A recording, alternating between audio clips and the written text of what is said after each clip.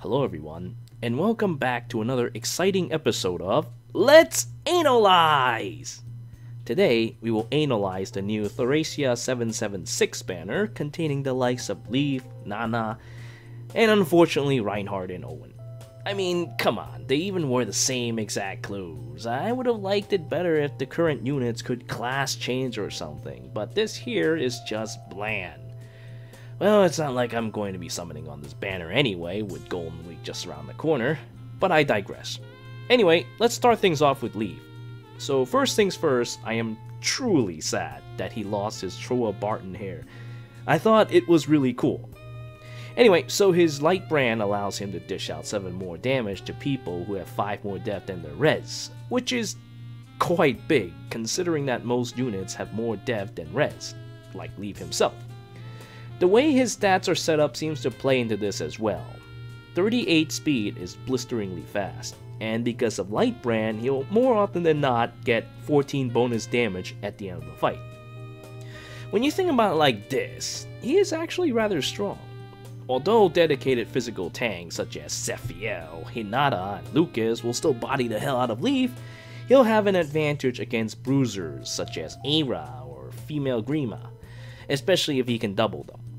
This advantage gives Leif a wider array of people he can chop up and dispose of. Now, his A skill, I recommend getting rid of that stupid steady blow and replace it with something like, the classic Fury, Swift Sparrow, or Life and Death. If you happen to be a bad guy though, you can also give him Brazen Attack Speed. This has great synergy with Desperation and will turn him into a killing machine. But of course, there are other options you can explore as well. That said, you know that B skill Leif comes with? That steroid drink? Well, it's actually an extremely powerful skill. So far, I have seen 2 types of reaction to this skill. 99 HP? And, it's only good for Tempest Trials. But me? No. I think of it as infantry pulse for himself. While Leif is a lightning bruiser, his HP is actually relatively low, sitting at like 40 by default. I believe getting him minus HP as a dump stat would be a wonderful thing, as that gives him more partners to receive infantry pulse from. Now, imagine Leif with his light brand, with a wonderful turn 1 Ignis on the ready. Yeah, that's gotta hurt a whole lot. Alternatively, of course, you can also use Wrath, though much like the aforementioned Desperation, it'll take at least a fight to get started. C skills are up to you, though Savage Blow is nice if you like the idea of having an easier time to finish someone off with Light Brand in the following round. This works wonders with Dancer support, especially if said Dancers have Infantry Pulse handy.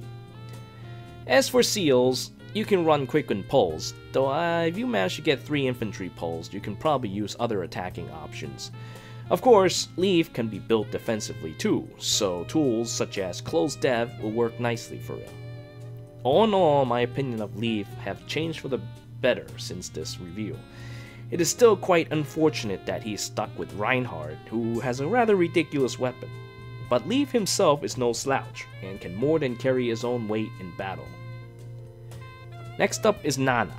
Now I get asked this a lot. Are you going to summon her? Are you going to make her plus 10? Yada yada yada. Well, the answer is no. Or at least not right at this moment. I'm actually fine with this because I prefer to save my money for Maribel or Silk. I never played Thracia or Holy Wars, so I have no attachment to any of those characters. Though maybe a remix like Echoes will help with that. Anyway, my bias aside, Nanna has a stat line comparable to Clarine, and she is much easier to get. Don't Buy Clarine also has a much bulkier setup compared to Nanna, which, while not saying that Nanna's stats are bad, I just don't feel I'll be getting anything new with her. You know what? I think the best way to put it is to call her a mounted Maria. That said, much like her stat line, the only thing new I'd get from Nanna is Restore, which honestly should have been in the game to begin with. The ability to remove debuffs is rather nice, considering that it can even remove Panic. But you know what I really want? I really want a healing skill that can also reposition or draw back an ally, like that stupid skill in WoW. What was it called? Life Grip. So, currently running an all-healer team, I find myself sometimes running into these awkward situations where I wish, Elise could suplex Jenny to safety. You know, what if Elise can perform a German? Then Jenny will not be in trouble anymore, because Jenny is one of the squishiest healers around. So, that's one of the problems with healers that I'm currently dealing with, and unfortunately, Nanna is not the solution. I dread the day that I'll have to find that skill on Maribel or Silk. All in all though, Nanna is still a pretty solid healer option. Her amazing speed gives her decent bulk, and being a troubadour meant that she can be used in a mixed team to provide tactics buffs. She's definitely a fine unit for anyone that isn't filled with healers. Now let's quickly talk about Olwen. I'm not too keen because Blade Tome Cavalry isn't all that new and exciting to me anymore. However, she does have a much stronger stats to give Thunderhead with, and that is not something to look down upon. But all things considered, she's a rather straightforward unit, much like Cecilia. Except now, she doesn't have to worry about getting doubled by things either.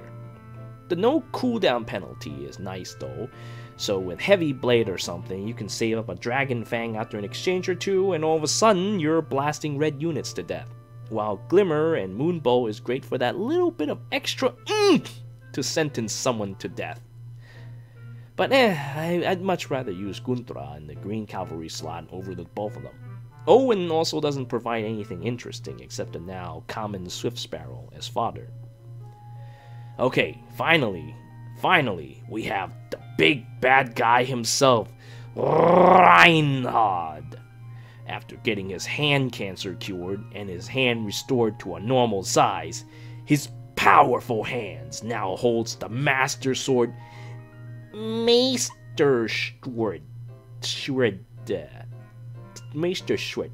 or however you pronounce it in German. With this, Reinhardt is now a legendary hero that can bravely second your ass to death on the enemy phase. This is especially deadly given his high base attack of 35. Okay, so therefore, if I were to build Reinhardt, I'd probably run something that hands out attack in both phases, like Fury, or Life and Death, or Brazen Attack Death. Bonds, they also work, but you have to consider that you might not always position yourself right to go on the offense. It's easier to use that on an enemy face unit, but for a player face unit, you have to make some concessions to make bonds work.